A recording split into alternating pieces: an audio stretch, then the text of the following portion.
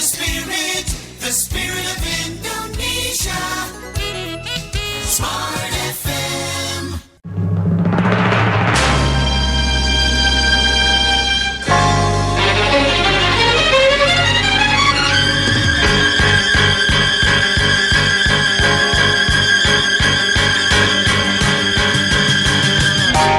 Smart Branding. Smart Branding bersama Silih Agung Wasesa, pemerhati dan praktisi branding. Kita tahun ini khusus akan mulai masuk ke Smart Up Company nih. Jadi perusahaan-perusahaan yang udah eksis, yang omsetnya mungkin sudah sampai 50 miliar gitu ya. Nanti kita coba, kita bikin program-program yang kira-kira lebih bukan hanya sekedar sharing knowledge gitu ya, tapi bagaimana kemudian kita dapat sesuatu nih. Kalau misalnya ada yang mau inkubasi, kita bisa bantu untuk inkubasinya, mudah-mudahan dengan smart branding. Terus kemudian yang butuh digitalisasi, kita bisa bantu bagaimana memanfaatkan platform digital untuk kebutuhan brandnya, atau sampai ke investasi gitu ya. Nah, sampai investasi, karena kan memang kalau sudah smart up itu kan perusahaannya udah mulai mapan, udah mulai bergerak gitu, tapi harus ada langkah lebih lanjut yang kita bisa jalanin. Gitu, Daryl. Berarti ini spesifik kepada perusahaan-perusahaan yang sudah bergerak aktif ya, mungkin lebih dari puluhan tahun ya, Mas Silih ya? Terus minimal 5 tahun lah. Minimal 5 tahunan ya. Nah, kalau untuk para pelaku UMKM bagaimana, Mas Silih, yang mungkin baru merintis 2 tahun, 3 tahun, yang mereka masih menikmati semangat-semangatnya branding, Mas Silih? Ya, nggak apa-apa. Mereka tetap bisa menikmati. Mereka bisa nikmatin karena sharing knowledge tetap dapat gitu. Cuman kan kalau tahun-tahun kemarin kan kita memang fokus pada sharing knowledge saja tuh. Kita bisa dengerin, kemudian dapat manfaatnya gitu. Nah, kalau tahun ini kita akan coba lebih advance lagi, bahwa sharing knowledge-nya tetap jalan, kita tetap ada gitu ya. Sharing knowledge-nya ada, tapi buat yang ingin melakukan aktivasi yang lebih dalam lagi juga bisa gitu loh. Itu makanya mudah-mudahan jadi semuanya masih tetap bisa dapat. Hanya memang sekarang kita akan coba untuk yang Smart Up Company nih, bagaimana biar bisa meningkat lebih lanjut. Kenapa Smart Up Company? Karena program kita memang nanti bagaimana Smart Up bisa membantu company-company yang lain gitu, perusahaan-perusahaan yang lain lebih bangkit juga gitu. Jadi isinya saling membantulah programnya gitu. Oke, ini yang masuk kategori Smart Up Company seperti apa, Mas Silih, kalau di era-era 2021 ini? Iya, jadi sebetulnya sih ada beberapa ya. Walaupun kemudian COVID menjadi perkecualian nih. Biasanya sih kita memang berangkat di perusahaan yang sudah 5 tahun berjalan gitu. 5 tahun berjalan, kemudian omsetnya stabil, bahkan meningkat gitu. 5 tahun berjalan, kemudian omsetnya stabil dan meningkat.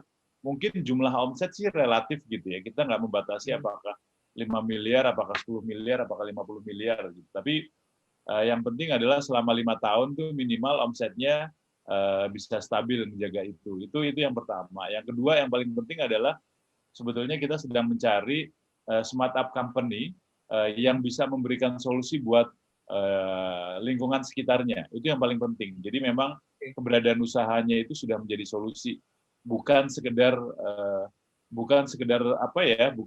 jualan kemudian cari cuan doang gitu, bukan cari untung doang, tapi bagaimana efek sosial dimunculin gitu. Minimal ngasih tenaga menciptakan lapangan kerja buat sekitarnya, ada kemudian yang ngebantu perusahaan-perusahaan lain yang lebih kecil gitu ya, atau supplier-suppliernya juga dibantu. Itu sih. Jadi kita memang tahun ini sih mencari smart up company gitu, smart up brand yang dia bisa memberikan solusi kepada masyarakat. Sehingga udah jelas tuh kita lebih enak lah, karena semakin kuat perusahaan itu, berarti kan solusinya juga akan semakin banyak. Oke, berarti tergantung dari kebutuhan juga dari masyarakat ya, berarti Mas Silih ya? Betul. Kebutuhan masyarakat. Ya, nanti di sesi kedua kita akan lebih detail dan spesifik membahas tentang bagaimana sih sebetulnya smart up branding ini bisa diterapkan dalam bisnis Anda atau mungkin juga brand-brand Anda. Karena memang kalau bersaing dengan yang usianya udah senior ya belum nyampe jangkauan tangannya, Mas Silih ya. Iya, betul. Tidak mudah juga untuk menuju ke arah sana, tapi tidak menutup kemungkinan Anda juga bisa melakukan sebuah kesempatan untuk paling tidak menaiki 1 atau 2 anak tangga lah, agar Anda punya smart up branding. Dan ke depan, ya otomatis bisa sejajar dengan mereka. Harapannya seperti itu. Tapi Tentang caranya bagaimana kita akan singgung di sesi yang kedua. Dan buat Anda para pelaku UMKM misalnya jangan berkecil hati, mungkin secara profit Anda belum setinggi startup branding yang sudah eksis di bidangnya, tapi Anda punya kesempatan untuk menuju ke arah They sana. call it news, knowledge, business information, Wisdom, inspiration, but we call it smart, Smart FM, the spirit of Indonesia. Balikpapan sebagai kota terbesar kedua di Kalimantan Timur dikenal sebagai pusat pengolahan minyak dan gas untuk wilayah Indonesia Timur.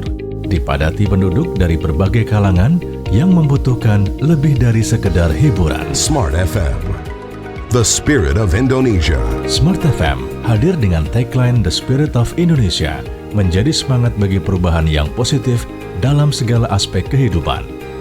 Smart FM hadir sebagai sebuah radio yang memiliki sebuah identitas dirinya, yakni Business and Inspiration. Smart FM, the spirit of Indonesia. Kembali Anda simak Smart Branding bersama Silih Agung Wasesa, pemerhati dan praktisi branding. Ya, terima kasih Anda masih bersama kami dalam program Smart Branding bersama dengan Mas Silih Agung Wasesa. Kami live di kanal YouTube saat ini. Jadi buat Anda sobat yang mau melihat secara audiovisual, Anda bisa coba buka kanal YouTube dan ketik Smart FM ya. Kita live sampai dengan jam 8 pagi hari ini.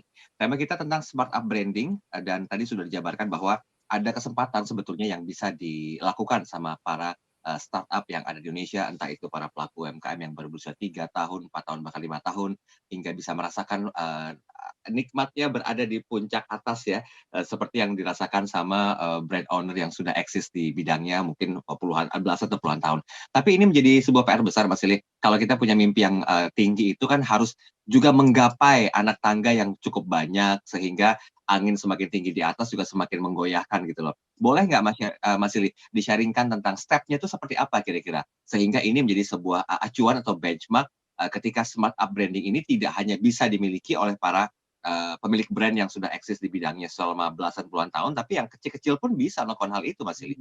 Gimana caranya Mas Silih? Oke.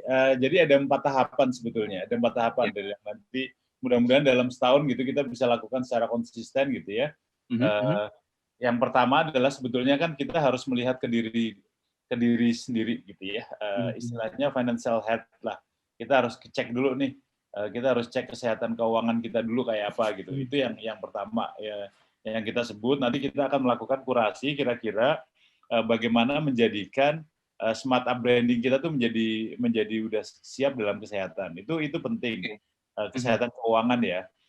Yang paling penting kan yang namanya keuangan kan urusan pencatatan tuh.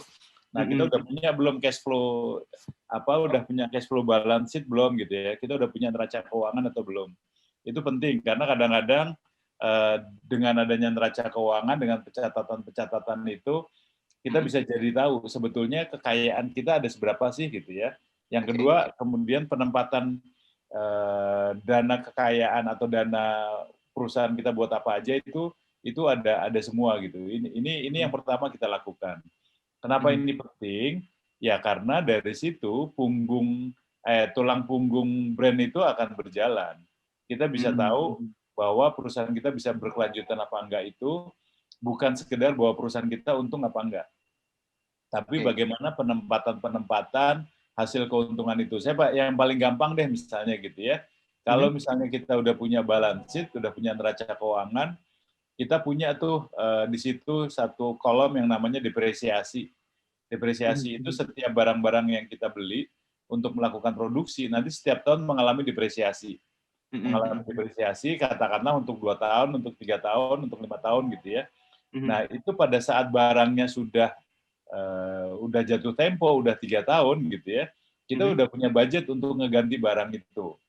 Karena memang udah kita taruh dalam, udah kita budgetin dalam neraca keuangan. Jadi uangnya ada berapa kita bisa lihat. Ini yang paling penting nih. Karena kalau enggak kemudian kita seringkali karena ada kebutuhan lain gitu ya, padahal seharusnya itu uang milik barang produksi, barang pabrik, tapi malah dipakai yang lain. Ini sehingga banyak perusahaan-perusahaan yang sudah 5 tahun gitu ya, bagus jualannya, tapi kok tahu-tahu nggak punya duit gitu loh. Tahu-tahu kok bangkrut gitu. Itu yang saya sering nemuin tuh beberapa perusahaan yang jualannya laku banget, semua karyawannya sibuk gitu. Ketika saya tanya cash in hand-nya ada berapa gitu, di tabungan ada berapa gitu. Segini Pak, lah ini buat 3 bulan mah nggak bisa bertahan. Kalau ternyata ada apa-apa gimana? Nah itu yang kemudian kita ngelihat sebetulnya, kalau kita ngelihat sepanjang setahun pandemi COVID ini, ada beberapa perusahaan yang dia jualannya biasa-biasa aja gitu, tapi bisa survive sampai akhir tahun. Karena mereka punya perencanaan keuangan yang bagus gitu ya, punya tahapan, punya buffer stock, punya cadangan gaji, punya kemudian exit plan kalau terjadi krisis. Nah itu basisnya adalah neraca keuangan tuh. Kalau kita nggak punya neraca keuangan, isinya cuman jumlah rekeningnya ada berapa gitu ya, pencatatannya nggak bagus ya udah. Nah itu pertama. Jadi kita akan melakukan satu proses yang namanya financial health check gitu. Kita cek kesehatan keuangan dulu perusahaan kita. Nah nanti dari situ kita bisa ngelihat, oh kira-kira penyakit apa sih yang yang kita alamin gitu ya. Ada penyakit yang kemudian, oh ini kita penyakitnya ada di sewa gedung nih, sewa gedungnya terlalu mahal gitu ya. Ketika ditanyain kenapa sih, iya soalnya dulu orang tua memang udah nyewanya di sini, atau nganggep hokinya di gedung ini gitu, sehingga nggak mau pindah-pindah.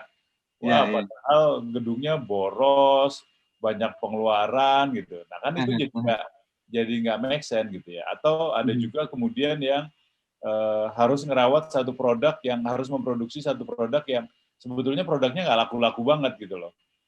Kemudian karena produk itu punya nilai sejarah, ya udah dipertahanin aja. Nanti daripada kualat gitu ya, produk itu. Ini salah satu contoh sih bagaimana kemudian dengan melakukan diagnosis keuangan, kita bisa akan melihat kesehatan kita ada di mana gitu. Kalau dokter bilang yang sakit itu jantungnya, yang sakit paru-parunya gitu, atau yang sakit ada penyumbatan pembuluh darah. Nah ini kan hal yang berbeda. Banyak penyebabnya nanti akan kelihatan. Katakanlah misalnya banyak di pengeluaran untuk gaji gitu. Ketika dicek ini kok gajinya banyak nih. Oh ternyata gajinya tuh banyak untuk beberapa karyawan-karyawan yang sudah tua, yang udah mau pensiun gitu ya, tapi nggak dikeluarin karena memang menjelang pensiun, tapi kan udah nggak produktif lagi. Dia dia dipertahankan aja. Wah ini kan nggak bagus nih, produktivitas rendah tapi gajinya tinggi. Udah dari situ misalnya kita bisa bikin program golden shake hand, udah dikeluarin aja lah, kasih golden shake hand, biar pembuluh darahnya lancar nih gitu. Itu yang namanya financial. Kita akan melakukan itu dulu tuh pertama. Kalau udah sehat ya, kalau olahraga kan udah jelas tuh, nanti baru kita asupannya apa nih gitu. Kalau yang kita lakukan apa. Dari situ baru kita mulai bisa melakukan exercise. Baru kita bisa melakukan program-program pemasaran yang lebih bagus. Gitu. Itu tahap pertama dulu. Ya. Baik. Ini tahap pertama sebetulnya penjabaran juga udah mulai banyak ya, Mas Silly ya. Tapi faktanya sekarang Mas Silly di masa pandemi COVID-19 ini kan income juga berkurang gitu loh. Bahkan mungkin operasional juga ya ada kebijakan yang mungkin hanya separuh harga, ya syukur-syukur bisa separuh ya. Tapi kalau enggak juga kan berarti kan tekorismenya tuh besar gitu dalam sebuah perusahaan atau bisnis. Ini gimana mengatasi Mas Silly? Apakah memang perlu ada pemotongan juga atau bentuk antisipasi lainnya Mas Silly? Ya, ada banyak hal. Karena itu tadi, kalau kita udah punya neraca keuangan, kita tahu kondisi keuangan kita, kan kemudian kita bisa melakukan antisipasi. Katakanlah kemarin ada beberapa perusahaan gitu ya, ada salah satu brand kopi, Smart Up juga gitu, tapi omsetnya sih udah miliaran gitu. Yang dilakukan kemudian adalah karena dia tahu uangnya ada berapa, kemudian CEO-nya ngumpulin semua manajemen. Jadi top manajemen dikumpulin sama CEO-nya. CEO-nya bilang, oke, ini kita kayaknya setahun ini nggak akan mendapat, omsetnya akan challenging gitu ya selama setahun karena pandemi COVID waktu itu bulan Maret dia bilang kayak gitu. Saya sebagai pribadi yang pertama akan sacrifice karena saya CEO. Dia bilang gitu, saya masih punya tabungan yang cukup untuk 3 tahun untuk saya dan keluarga gitu. Jadi saya memutuskan untuk setahun ini saya hanya akan digaji Rp1. Saya hanya akan digaji Rp1 dan nanti sisa gaji saya akan saya sumbangkan, akan saya masukin ke gaji-gaji level karyawan paling bawah. Itu pertama tuh. Dia tahu fungsinya seperti itu. Tapi dia kemudian ngasih tahu bahwa nanti yang lain juga kita tawarin kebijakan yang sama. Kebijakan yang sama karena ini itu yang pertama tuh CEO-nya bilang. Terus dia bilang ke board yang lain, silakan board yang lain kalau mau ada kebijakan pribadi juga silakan. Kalau enggak juga nggak apa-apa. Saya akan umumkan kebijakan CEO apa untuk mengatasi hal ini. Gitu. Itu satu. Yang kedua kemudian dia bilang bahwa dengan uang yang ada, dengan uang yang ada, dia bisa menghidupi seluruh karyawan selama setahun, kata dia. Menghidupi bukan dalam konteks ngasih gaji, tapi ngasih sumbangan sembako selama setahun. Jadi karyawan selama setahun akan ditanggung oleh perusahaannya untuk survive lah, gitu. Sehingga kalau mau untuk awal nih, pokoknya minimal untuk karyawan-karyawan yang mau bertahan sama kita, minimal makannya udah terjamin lah, gitu. Nah, baru nanti masuk ke gajinya, kira-kira pemotongan gajinya seperti apa, baru dibicarakan di board-nya. Oke, berarti ini kan identik sebenarnya kebijakan pribadi dari leadernya juga ya, Mas Silih ya? Oke, ya syukur-syukur itu bisa gitu, tapi mau sampai kapan bertahan ya kan harus berpikir ulang lagi untuk strategi seperti apa agar financial health-nya ini bisa stabil walaupun masa pandemi COVID-19. They call it news, knowledge, business information, wisdom, and inspiration. But we call it smart. Smart FM, the spirit of Indonesia.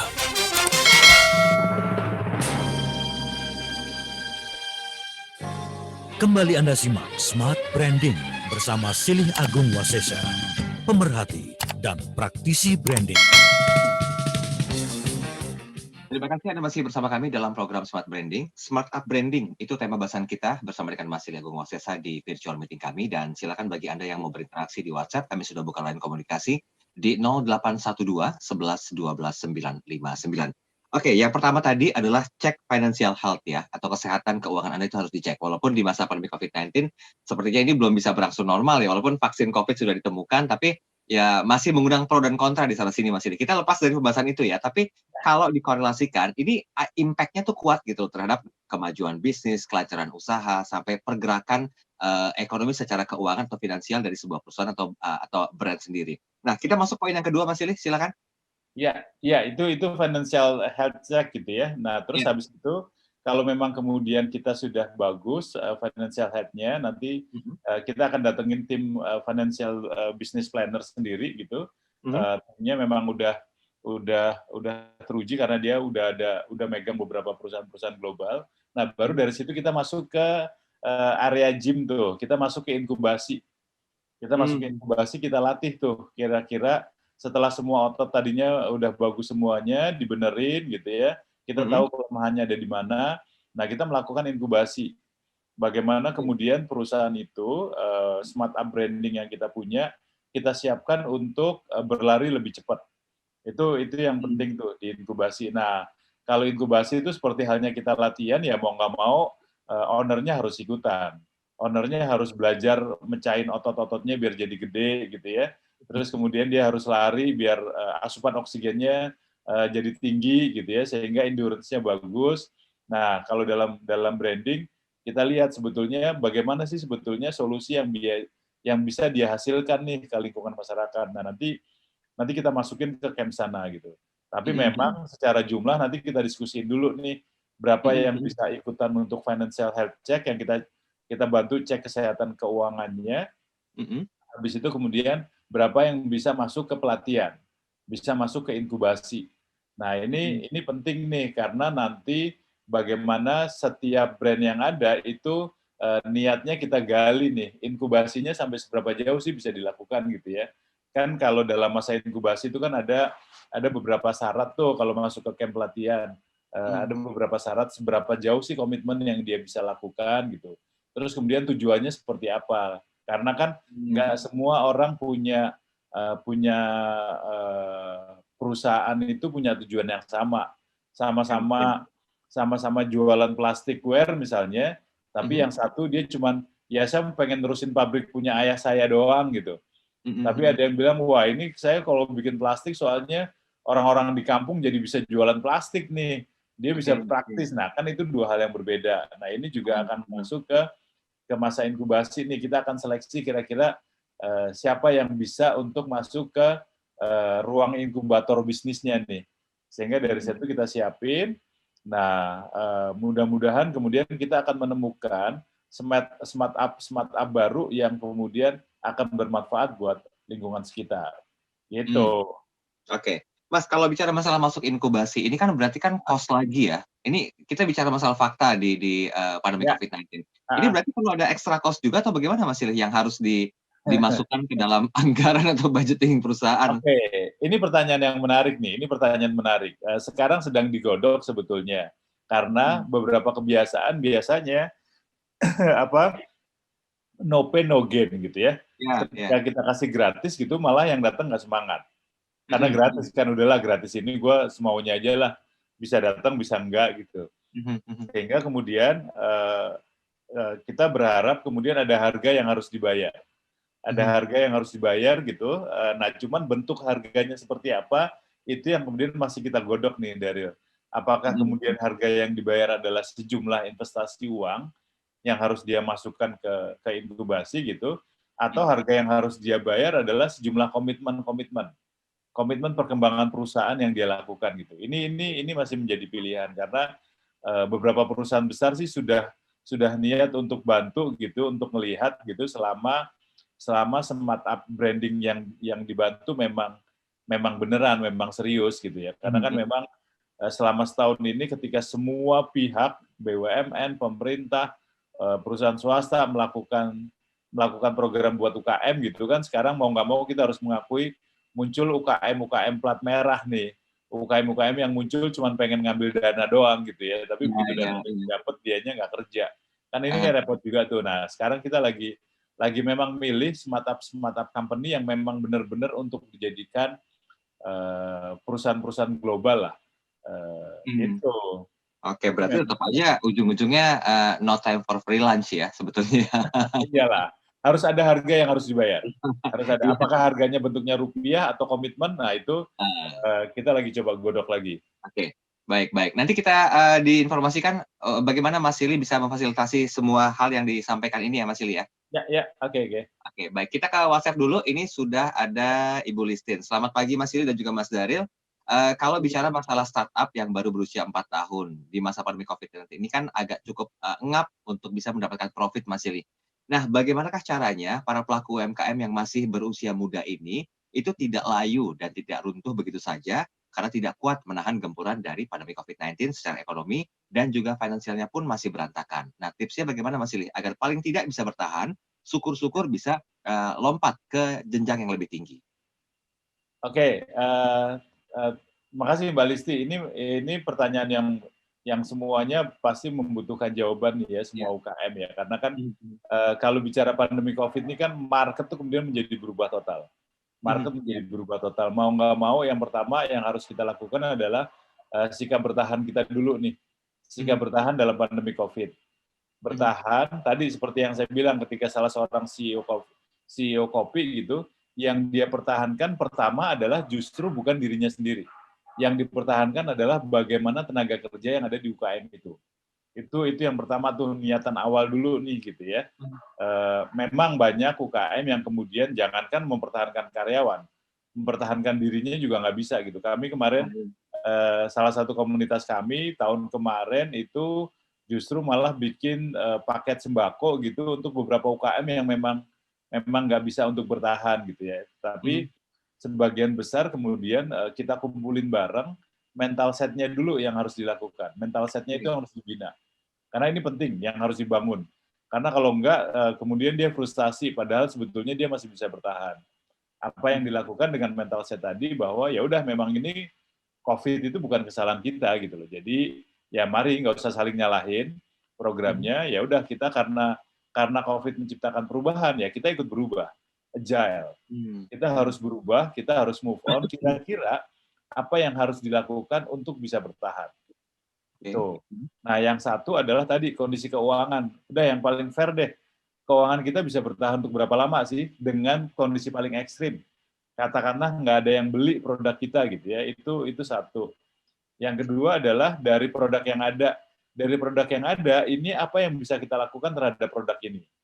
Bisa nggak produk ini dijual dengan harga yang spesial murah gitu? Yang penting bisa balik, overhead-nya bisa balik deh gitu. Kalau ternyata nggak bisa juga, ya udah bisa nggak produk ini kita sumbangin? Ini penting nih, ini penting karena kemarin ada salah satu perusahaan gitu yang dia punya uang tinggal 1,2 miliar gitu, punya uang tinggal 1,2 miliar, terus kemudian pemasukannya sebulan itu masih 30 juta. Kemudian yang dia lakukan oleh perusahaan ini agak nekat, dia bilang, ini kan ada 1,2 nih, kan kita masih bisa bantu orang. Gimana kalau kemudian kalau 1/5-nya kemudian dipakai untuk bantu orang-orang yang kena COVID. Jadi sekitar 200-an lah, 200 miliar itu diambil dananya, kemudian mereka kemudian ngebantu orang-orang yang kena terdampak COVID. Jadi mereka bikin paket sembako, mereka ngelihat orang-orang sekitar yang butuh bantuan gitu ya, itu mereka bantu semuanya. Itu salah satu, karena mereka yakin dengan ngebantu, mereka akan dibantu lagi tuh gitu ya. Dan menarik kemudian sekarang dalam situasi COVID, perusahaan itu ya omsetnya nggak sebagus tahun lalu gitu ya, tapi mereka bisa dapat 6 miliar gitu ya, bisa dapat 6 miliar untuk setahun, itu cukup bagus lah gitu. Itu salah satu contoh tuh. Jadi bagaimana kemudian mental set kita yang harus kita siapin. Gitu. Berat juga ya, sebetulnya PR banget juga ya Mas Sir ya buat membalikan keadaan. Tapi yang paling penting kita siapin buat karyawan kita tuh, karena kan dia yang bantu kita selama ini gitu ya. Iya. Itu harus diutamakan, aset soalnya ya, sebetulnya ya. Oke, Mas, kita lanjut dulu yang ketiga, Mas, sebelum kita break di sesi ini. Oke, nah yang berikutnya adalah digitalisasi. Digitalisasi ini bagaimana kemudian, bagaimanapun kita harus sadar bahwa mau nggak mau kita tidak bisa lagi lari dari digital gitu ya. Digitalisasi ini bukan berarti sosmed ya. Digitalisasi itu bagaimana kita memanfaatkan teknologi untuk seluruh proses perusahaan kita. Kalau misalnya tadi kita bicara laporan keuangan gitu, laporan keuangannya semuanya udah dalam konteks digital nih.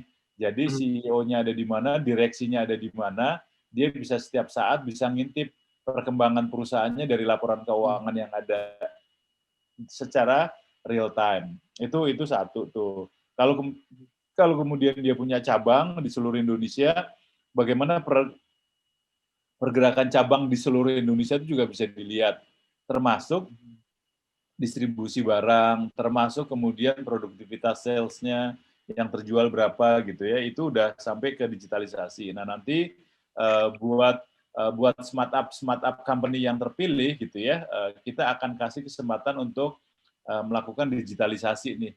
Bagaimana kemudian kemampuan digital itu terbangun secara bagus. Ini yang tahap ketiga nih, Daryl. Jadi kita lihat kira-kira siapa yang bisa dibangun. Nanti kita akan kerjasama dengan beberapa perusahaan digital gitu, yang memberikan special price untuk smart up company gitu. Tadi tetap ada harga yang harus dibayar, tapi bagaimana kemudian dari sana kita bisa meningkatkan omset kita. Oke. Itu proses ketiga. Yang ketiga apa? Boleh diulang? Digitalisasi. Oke, digitalisasi ya. Ya. Survei Nielsen Radio Audio Measurement atau RAM membuktikan radio masih memiliki pendengar setia. 57% dari total pendengar radio berasal dari generasi Z dan millennials atau para konsumen masa depan. Angka rata-rata disumbangkan oleh generasi X dengan rentang usia 35 hingga 49 tahun yang mendengarkan radio selama lebih dari 18 jam dari total keseluruhan pendengar. Disusul oleh Baby Boomers 50 hingga 65 tahun dengan 17 jam 20 menit. Silent Generation 65 tahun ke atas dengan 16 jam 22 menit. Millennials 15 hingga 34 tahun 15 jam 37 menit. Dan generasi Z 10 hingga 14 tahun yang menghabiskan waktu mendengarkan radio lebih dari 13 jam di setiap minggunya. Sebagai bagian dari kelompok media terbesar dan terpercaya di Indonesia, Kompas Gramedia Radio Network hadir menjawab tantangan dan kebutuhan akan informasi serta hiburan bagi masyarakat Indonesia. Kompas Gramedia Radio Network mencakup segmentasi pendengar female 50% dan male 50%. Target pendengar usia 18 sampai 50 tahun dengan status sosial ABC. Positioning Kompas Gramedia Radio Network adalah family. Diwakili oleh Sonora, profesional muda dan pelaku bisnis digawangi oleh Smart FM dan anak muda. Dikawal oleh Motion Radio dengan jangkauan siar meliputi hampir seluruh Indonesia dan dinikmati lebih dari 2 juta pendengar setia. Melihat penetrasi media di Indonesia saat ini, durasi pendengar radio masih menempati posisi ketiga, yaitu sekitar 2 jam per hari dibandingkan dengan koran dan majalah. Jika dipresentase, data pengguna gadget yang terkoneksi setiap hari di Indonesia terdiri dari 90% pengguna. Perbandingannya adalah smartphone 60%, laptop atau PC 22%, dan tablet sebesar 8%. Karena itulah, Kompas Gramedia Radio Network menawarkan viral marketing sebagai metode pemasaran modern yang menjanjikan brand Anda semakin populer melalui on-air program built-in, live streaming, dan off-air activity, plus new media engagement. Cukup? No! Belum cukup. Satu fakta untuk Anda. Kami memiliki tim yang profesional dalam membuat kreatif program, seminar online, dan cerita untuk filler brand Anda. Mengunggahnya ke YouTube, lalu memuatnya di media sosial, melakukan kegiatan off-air dan advertising design yang keren di website agar Anda dapat yang terbaik dalam mengiklankan brand Anda. Karena komunikasi satu arah, TV, koran, majalah, dan media luar ruang tidaklah akan pernah cukup. Itulah sebabnya kami menggunakan komunikasi 2 arah dengan target audience. Karena komunikasi menjadi poin penting dalam keberhasilan penyampaian pesan, dan kami dapat mewujudkannya untuk brand Anda. Kami angkat brand awareness produk Anda dengan ide dan strategi yang out of the box. Dan ini 5 media sosial yang kami miliki: website, YouTube channel, Facebook, Twitter, dan Instagram. 5 kekuatan yang kami miliki ini dikelola dengan memperhatikan KPI yang diperlukan. 3 hal utama yang kami tawarkan untuk Anda: off-air activity, on-air sponsorship, dan new media engagement. Bersama program terbaik kami, brand Anda semakin tepat sasaran. Smart FM.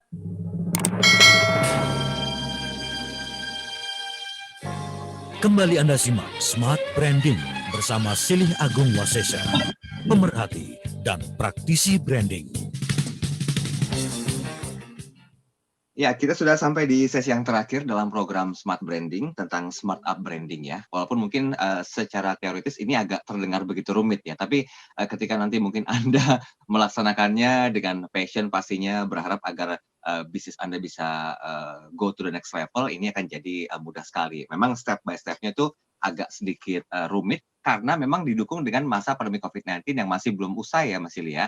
Yang pertama tadi dikatakan untuk bisa smart up branding itu harus cek financial health-nya dulu, kesehatan keuangannya dulu. Mungkin satu pemikiran skeptisnya, aduh Mas Daril, Mas Ili gimana bisa mau check up nih, income aja udah kayak begini gitu loh.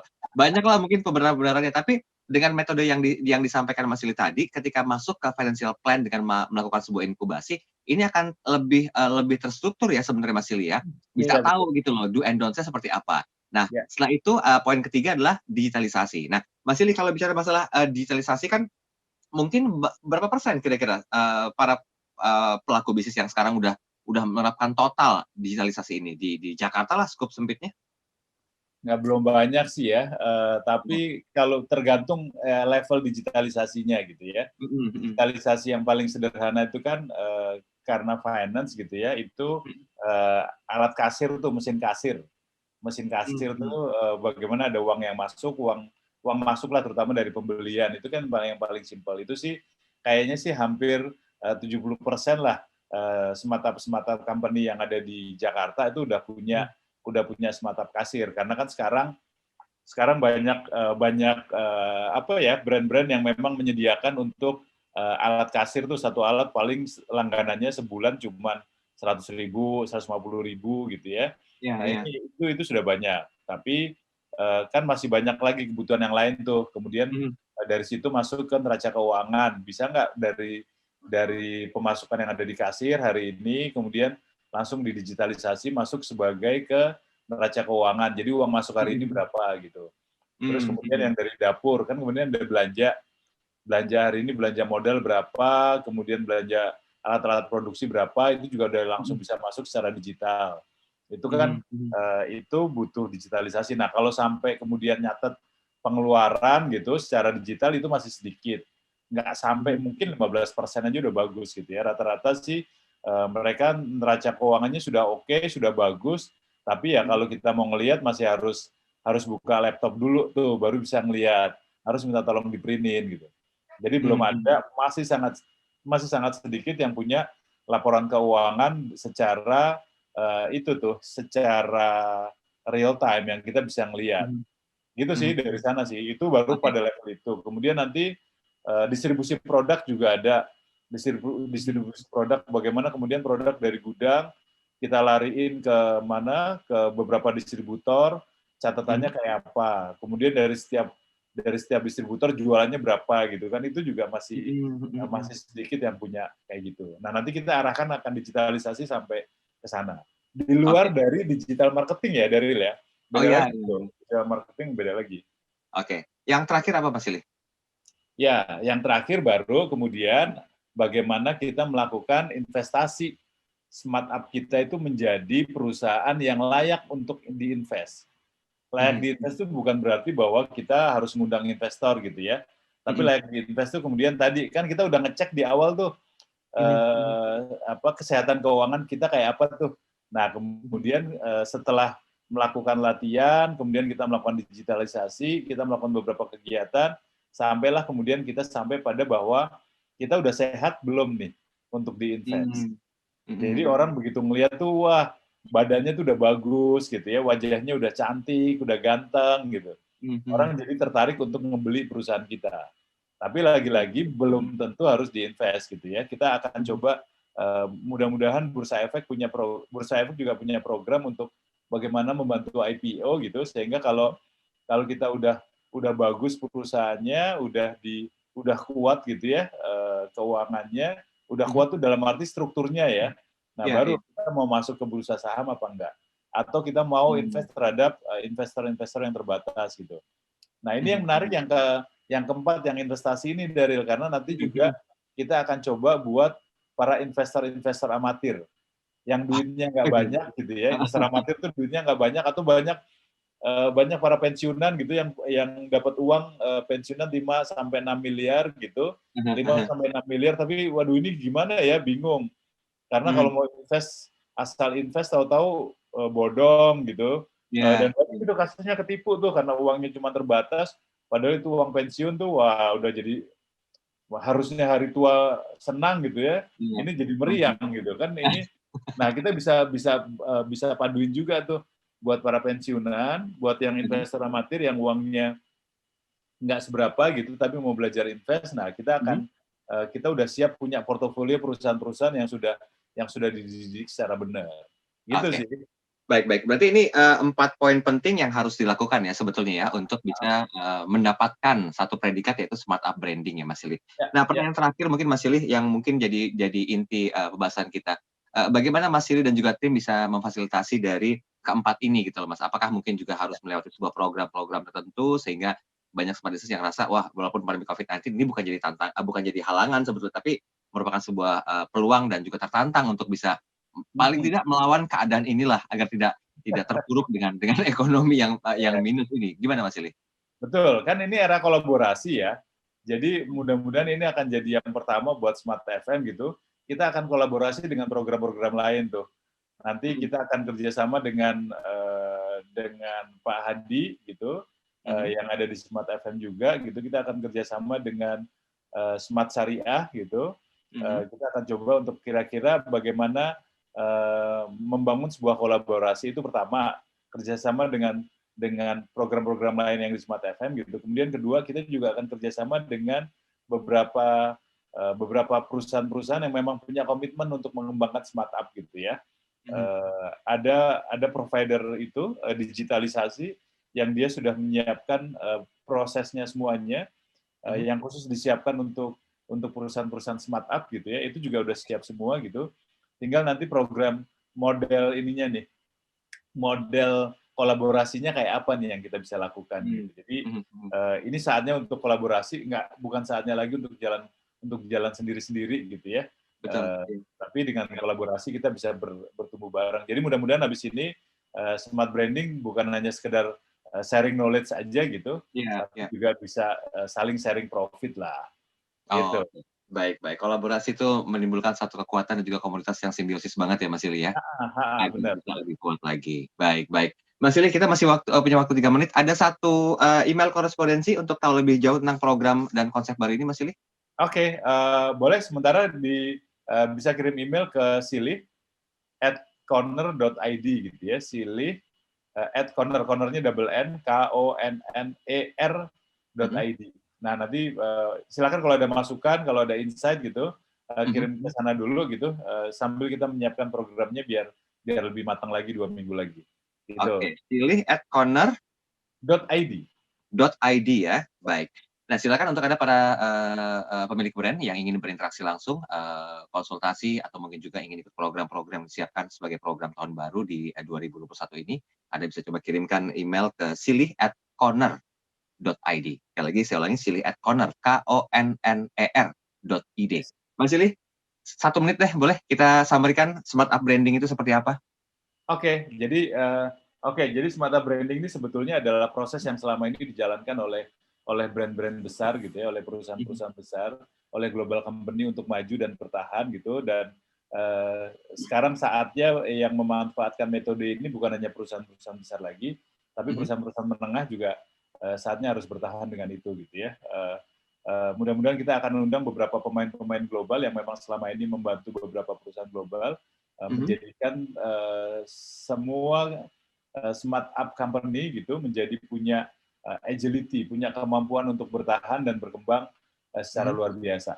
Jadi mudah-mudahan dari sini akan muncul perusahaan-perusahaan besar yang baru gitu ya. Amin. Tapi dengan satu nilai baru yang dia akan membantu perusahaan-perusahaan kecil lainnya supaya lebih besar. Gitu. Oke, baik. Semoga bermanfaat. Terima kasih Mas Silih wejangannya pagi hari ini tentang smart up branding. Thank you buat Anda yang udah kirimkan komentar juga pertanyaan. Saya Daryl Adam. Dan saya Silih Agung Wasesa. Be smart with your brand. Telah Anda ikuti Smart Branding bersama Silih Agung Wasesa, pemerhati dan praktisi branding.